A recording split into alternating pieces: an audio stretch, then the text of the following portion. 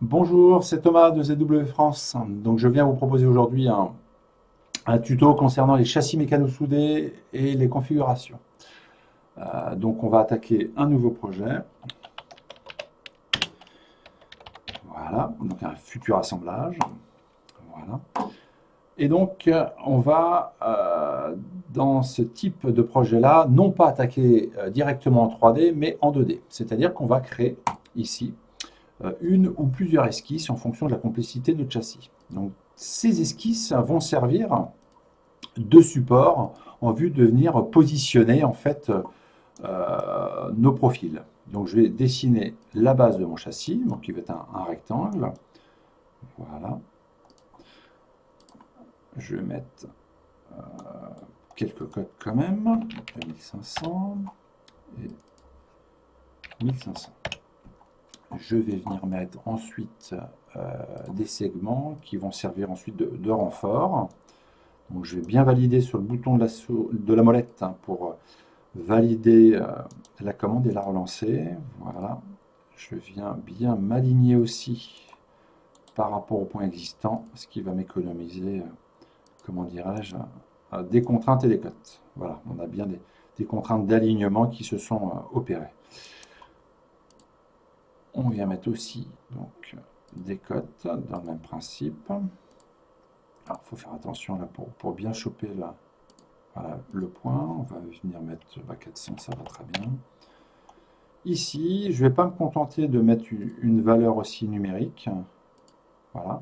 Je vais venir tout simplement avec le petit bouton ici, sélectionner la cote voisine, ce qui fait que les deux cotes ici vont être liées. Voilà.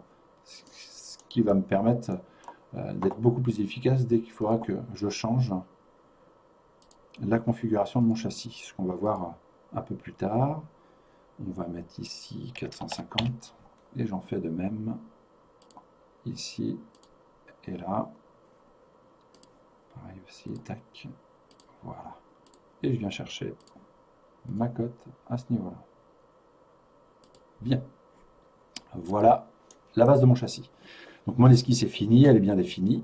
Je sors de là, un CTRL-I, et je vais venir faire une autre esquisse perpendiculaire à la première. Donc pour ça, je vais utiliser les origines. Donc je vais créer une nouvelle origine parce que là, les trois plans d'origine ne me suffisent pas. Donc je vais tout simplement ici cliquer sur origine et je vais venir sélectionner. Donc ici, je vais me remettre en tous. Et donc, je vais pouvoir créer un plan, on voit bien, perpendiculaire à n'importe quelle arête ou passant par une extrémité. Donc, je vais mettre ici, je peux mettre même un décalage ici, mais ça ne m'intéresse pas, je vais rester à 0. Je vais pouvoir changer l'angle ici de mon plan. Hein, et je pourrais très bien éventuellement l'incliner à ce niveau-là ou comme ça. Hein. Donc là, il y a plein de possibilités. On va valider et on va faire donc une esquisse dans ce nouveau plan. Voilà. Et c'est parti.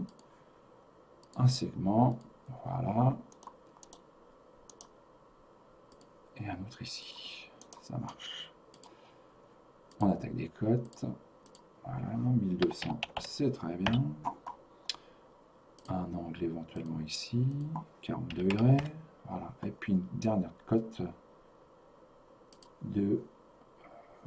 on va mettre de hauteur. Parfait. 900. Très bien. Mon châssis est presque fini. Je vais juste symétriser l'esquisse de gauche pour la mettre à droite. Pour ça, je vais aller dans le filaire. Je vais directement faire un miroir de géométrie. Donc très simplement, je sélectionne ma première esquisse. Et ensuite, le plan. Voilà.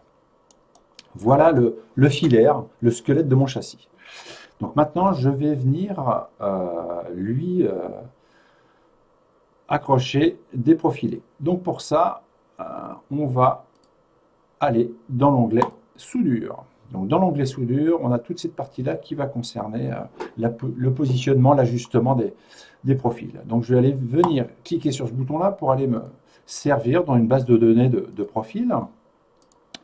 Donc ici, je vais choisir ma norme, le type de profil qui m'intéresse. Donc je vais prendre du profil dans un premier temps, vous voyez, rectangulaire. Je vais ici définir une plus grosse section et je vais venir les positionner sur les différentes arrêtent à ce niveau-là. Voilà. Je vais pouvoir même les tourner, donc on va les remettre à l'origine à 0. Et tant qu'à faire, je vais directement attaquer le traitement des coins ici, qui est coché. Donc je vais valider. Donc directement ici, on a un châssis qui est bien ajusté. On va continuer et mettre cette fois-ci des sections un peu plus petites à ce niveau-là. Voilà. On va valider. On va relancer le bouton de la souris ici. On va valider. Tac. Puis même ici et là. Et on valide. Non. On va un par un. Voilà. On relance. Et ça marche. Bien. Donc là, au niveau de la jonction, il va falloir utiliser une autre commande qui va être la réduction. Donc on va venir ajuster en fait nos barres. Donc pour ça, la réduction, si vous ne le voyez pas, hein, vous pouvez les avoir dans l'onglet modèle. Hein, c'est exactement les commandes qui sont ici. Moi j'ai personnalisé mon interface. Donc on va cliquer la réduction. Vous allez voir, c'est très rapide. Donc on va cliquer le morceau ajusté et ensuite le morceau qui va servir de réduction. Donc ici, par défaut, normalement vous devriez être en modèle, donc ce qui fait qu'on sélectionne directement la barre et on valide. Donc on a quelque chose de propre, mais pas tellement réaliste. On voit bien qu'il est même très bien ajusté, même trop ajusté. Dans la réalité, on n'est pas tout à fait comme ça. On va plutôt être, je vais modifier ma réduction, être ici, on va la supprimer là, on va plutôt se mettre en face. Et on va venir sélectionner cette face-là et cette face-là. Et là, vous allez voir qu'on est beaucoup plus dans la réalité. Voilà.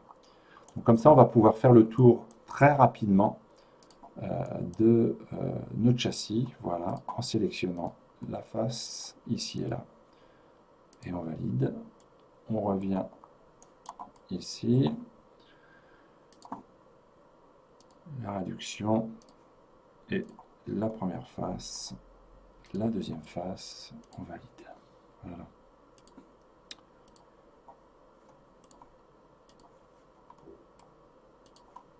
Voilà. Voilà pour la partie du bas. On va venir mettre à peu près de la même manière à la verticale des fers. Bon, cette fois-ci, je ne vais pas prendre cela. Je vais venir mettre d'autres, voilà, des fers comme ça. On va venir mettre du plus petit. On va cette fois-ci le tourner à 90 degrés. Et puis on va pouvoir venir éventuellement, vous voyez là on a des points d'origine. Donc on va pouvoir changer la position du profil, voilà, pour le centrer. C'est ces points-là qui seront le long de notre esquisse. À partir de là, on est pas mal. On va continuer. On valide. Et puis on va venir en mettre un deuxième ici. Donc on est bon. Voilà. Et deux autres ici et là. Voilà pour ça. Donc à partir de là, même méthode de réduction, hein, celui-ci. Et ensuite, pardon, je me suis trompé ici, c'est pour celui-ci. Ça va plutôt être celui-ci. Et ensuite, la face du premier, la face du deuxième, on valide. Voilà. Et la dernière réduction, celui-ci, suivant cette face-là, et l'autre. Voilà pour ça, sur cette partie-là. Donc, bien. Alors, maintenant, on va venir un peu modifier notre châssis. Donc, pour ça, on va pouvoir, dans un premier temps, créer des paramètres. C'est-à-dire qu'on va pouvoir, plutôt que de changer des valeurs numériques, venir créer des variables. Donc pour ça, on va aller dans l'onglet outils et on va créer ici des variables parce que je vais vouloir avoir un châssis long, un châssis court et un châssis intermédiaire. Donc je vais créer différentes variantes. Donc une de longueur, on va mettre à 3000. Voilà, une deuxième de largeur. On va mettre à 2000, ça suffira bien. Et enfin, une variable de hauteur. Voilà. on va mettre à 1500. Voilà. Je vais fermer ici. Donc, nos variables, pardon, on va les retrouver ici. Longueur, largeur, hauteur. Donc, il va nous rester à ce niveau-là à les associer au code de notre esquisse. Donc, rien de plus simple, on va double-cliquer sur l'esquisse. Notre code de 2500 ici va devenir finalement, cliquant sur le petit bouton A, non pas une valeur numérique, mais une variable longueur. Et on fait OK. De même pour le 1500, on va aller chercher la largeur. Voilà. Voilà pour le premier. Et on en fait de même pour la deuxième esquisse où notre 1200 va venir se transformer en une hauteur. Voilà pour ça. Et on sort d'ici. Très bien. Donc déjà, notre châssis finalement a évolué, parce que les valeurs initiales n'étaient pas les mêmes que nos paramètres. Donc à partir de là, à ce niveau-là, on peut attaquer de là le changement de notre châssis. Donc, sans problème, on va pouvoir le repasser à 1500 et on va régénérer. On va faire mieux que ça, on va faire encore mieux que ça. On va créer cette fois-ci, comme je vous disais en introduction, des configurations. Donc pour ça, il va nous suffire de faire un clic droit sur une des variables et on va créer ici des configurations. Donc, par défaut, il a rajouté la première qu'on a créée. On va venir en ajouter. Donc pour ça, on va aller prendre avec le bouton contrôle notre largeur et notre hauteur. Voilà, qui vont se mettre aux valeurs initiales. Mais surtout, ce qu'on va faire, on va créer des configurations. Donc on va créer un châssis long. Un châssis long. Ok, on va créer un châssis court. Et enfin, un châssis intermédiaire.